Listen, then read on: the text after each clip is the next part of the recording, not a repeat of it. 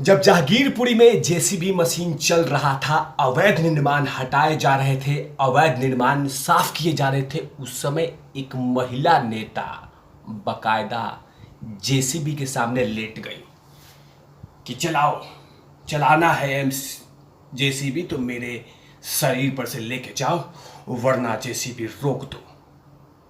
पूरी लेट गई। अब बकायदा कह दिया कि ये जेसीबी जो चला रहे हैं उसको रोक दो, ये बुलडोजर को रोक दो, वरना अच्छा नहीं होगा। आखिर वह कौन सी वो महिला है जिन्होंने बकायदा एमसीडी के उस अतिक्रमण जब हटाए जा रहे थे उस समय लेट गई और कह दिया कि ये अच्छा नहीं हो रहा है। साथ में वो सुप्रीम कोर्ट का वो ऑर्डर भी हाथ में लेके आई थी कि ये सब कुछ रोक दो।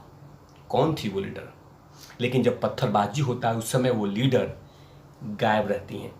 चर्चा इसी एपिसोड में और उनका काला चेहरा तिवारी भैया दिखाएंगे। नमस्कार, आप देख रहे हैं तिवारी भैया, मैं हूं प्रकाश। जहांगीरपुरी इलाके में जब एमसीडी के बुलडोजर और जेसीबी मशीन चल रही थी उस समय विपक्ष के छाती पे लगा कि दाल मूंग रहे हैं और उनके पेट में दर्द शुरू हो रही थी। उसी बीच में एक महिला नेता जिनका नाम है विंदा कारात, बकायदा वो दौड़ के आई और एमसीडी के उन तमाम बुलडोजरों के सामने लेट गई और साथ में सुप्रीम कोर्ट का वो एक ऑर्डर भी दिखा दिया कि अब एमसीडी का ये बुलडोजर नहीं चलेगा। विंदा कारात सीपीआईएम की लीडर हैं, फिलहाल साथ में इनकी बहन का ही पति का एनडीटीवी चैनल है। अब वो बकायदा वो लेट गई और उसके बाद लगी बहस करने और सवाल पूछने की। ये सब तमाम चीज़ें लोकतंत्र को चोट पहुंचा रही है, ये तमाम चीज़ें लोकतंत्र को खतरे में डाल रही है, देश का भविष्य अंधेरे में डाल रही है इस तरह के फैसले। लेकिन विंदा कारात जी, जब पत्थरबाजी होता है उस समय आप कहाँ थी? उस समय आप कहाँ थी? मतलब किस बिल में बैठी हुई थी? माफ़ कीजिएगा, आप बहुत टैलेंटेड जहरीली नेता हैं, लेकिन कहाँ थी आप? कहाँ पे थी? किस बिल में बैठी हुई थी? उस समय भी आ जाती और उन पत्थरबाजों को समझाती कि आप पत्थरबाजी मत कीजिए, संविधान में विश्वास रखिए, कानून में विश्वास रखिए। जिन लोगों ने अगर कुछ गलत बोला है तो उन पे कार्रवाई कानून करेगी। आप लोग पत्थरबाजी मत कीजिए, बंदूक मत दिखाइए, शोभा यात्रा को परेशान मत कीजिए। क्या इस तरह के सवाल विंदा कारात आपने पूछा? नहीं पूछा।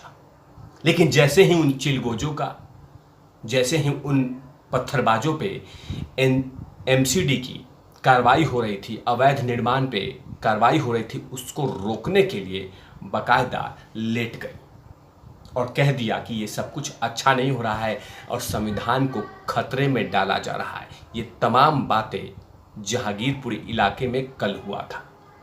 लेकिन जब देश में उन जगहों पे जब हिंदुओं के कोई शोभा यात्रा निकलती है, कोई जुलूस निकलता है, तो उस समय जब पत्थरबाजी होता है, जब हिंसा होता है, उस समय ये तमाम लोग आंखों पे पट्टी बांध के धृतराष्ट्र बन जाते हैं और सोचते हैं और कहते हैं कि हम कुछ बोलेंगे ही नहीं। लेकिन जब पत्थरबाजियों पे कार्रवाई होती है तो उस समय कहते हैं कि लोकतंत्र हिल रहा है, लोकतंत्र डैमेज हो रहा है, संविधान खतरे में आ रहा है, संविधान की छवि धूमिल हो रही है। इस तरह के शब्दों का इस्तेमाल किया जाता है।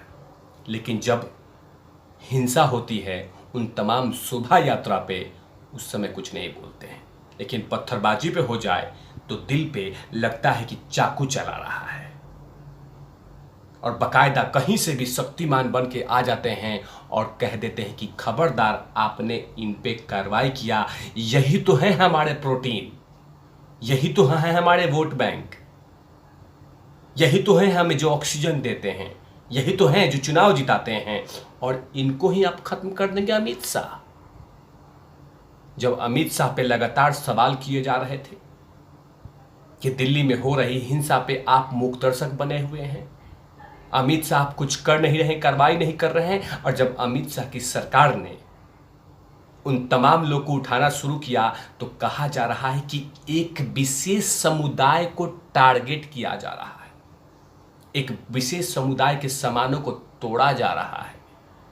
एक विशेष समुदाय को स्पेशली भारतीय जनता पार्टी और नरेंद्र मोदी टारगेट कर रहे हैं।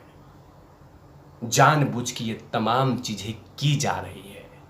देश में अशांति का माहौल बनाया जा रहा है। संविधान खतरे में है। ये तमाम शब्दों का माला लगातार जपना शुरू करते हैं विपक्ष के नेता। लेकिन जब कार्रवाई होती है तो उसके बाद फिर भी कहते हैं कि ये सब चीजें गलत है, क्योंकि वो जानते हैं कि इन लोगों पे कार्रवाई होगी तो हमारा वोट बैंक खिसक जाएगा, हमारा वोट बैंक खत्म हो जाएगा। तो उसको बचाने के लिए लगातार संविधान की और लोकतंत्र की दुहाई दी जाती है। वहीं पे हैदराबाद के सांसद मिस्टर ओवैसी ने कह दिया कि सिर्फ एक विशेष समुदाय को टारगेट किया जा रहा है। लेकिन जो खबर बताऊंगा बकायदा जूम करके पढ़ लीजिएगा। जो आर्टिकल छपा है उसमें बकायदा किसी भी एक जाति पे, एक धर्म पे कार्रवाई नहीं हुई है। बकायदा जो भी अवैध निर्माण के निशाने पे आए हैं, जो भी अवैध निर्माण के लिस्ट में आए हैं, उन पे कार्रवाई हुई है। कुछ लोगों तो अपने जेसीबी मशीन देखकर ही वो तमाम अवैध निर्माण हटाना शुरू कर दिए। लेकिन कहा जा रहा है, जहर फैलाया जा रहा है, जहर बेचा जा रहा है कि देश में अशांति का माहौल क्रिएट किया जा रहा है, एक धर्म विशेष पे टारगेट किया जा रहा है। लेकिन ऐसा कहीं पे नहीं है। मैं खबर बतला दूं कि बकायदा आर्टिकल छपा हुआ है और उसमें कहा गया है, जैसे ही अवैध निर्माण पे बुलडोजर चल रहे थे स्थानीय लोगों ने घबरा गए और देर शाम को स्थानीय लोगों ने खुद मंदिर का अतिक्रमण हटाना शुरू कर दिया। स्थानीय लोगों और मंदिर के प्रशासन के लोगों ने सड़क किनारे मंदिर के जालियों को हटाने के लिए बाकायदा अपना मजदूर लगा दिया। लेकिन कहा जा रहा है कि स्पेशली टारगेट किया जा रहा है एक विशेष समुदाय को। किसी समुदाय को टारगेट नहीं किया जा रहा है, उन पे कार्रवाई किया जा रहा है जो पत्थरबाजी करते हैं। कश्मीर में भी कार्रवाई की जाती है, लेकिन जो सेना के ऊपर में पत्थरबाजी करते हैं उन्हीं के ऊपर में पैलेट गन चलाए जाते हैं या सेना कार्रवाई करती है। लेकिन हमेशा से उन तमाम जिहादियों को जोड़ दिया जाता है कि नहीं, ये और ये दोनों एक हैं। खुद वो लोग कहते हैं कि जिहादी की मानसिकता अलग होती है, लेकिन बार बार जब उन लोगों पे कार्रवाई होती है तो जोड़ दिया जाता है धर्म विशेष के साथ। भारतीय जनता पार्टी में ऐसे कितने सारे मुस्लिम नेता हैं जो जहांगीरपुरी में जो हिंसा हुआ था, जो अवैध निर्माण हुए हैं, उसका विरोध किया था। बाकायदा उन्होंने कहा कि एमसीडी ने जो भी कार्रवाई की वो बेहतर है, इसका हम स्वागत करते हैं। लेकिन इस तरह के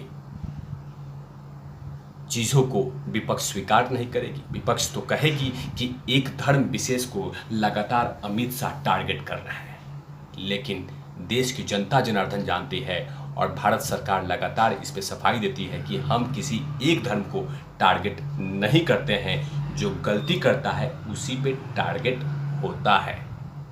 अभी देखिएगा कि जहांगीरपुरी मामला कहीं पे जाने वाला नहीं है। इस पर राजनीतिक रोटी और भी सेकी जाएगी। तब तक के लिए आप देखते रहिए तिवारी भैया। मैं हूँ वेद प्रकाश, कैमरामैन ध्रुव लाठी के साथ। Open out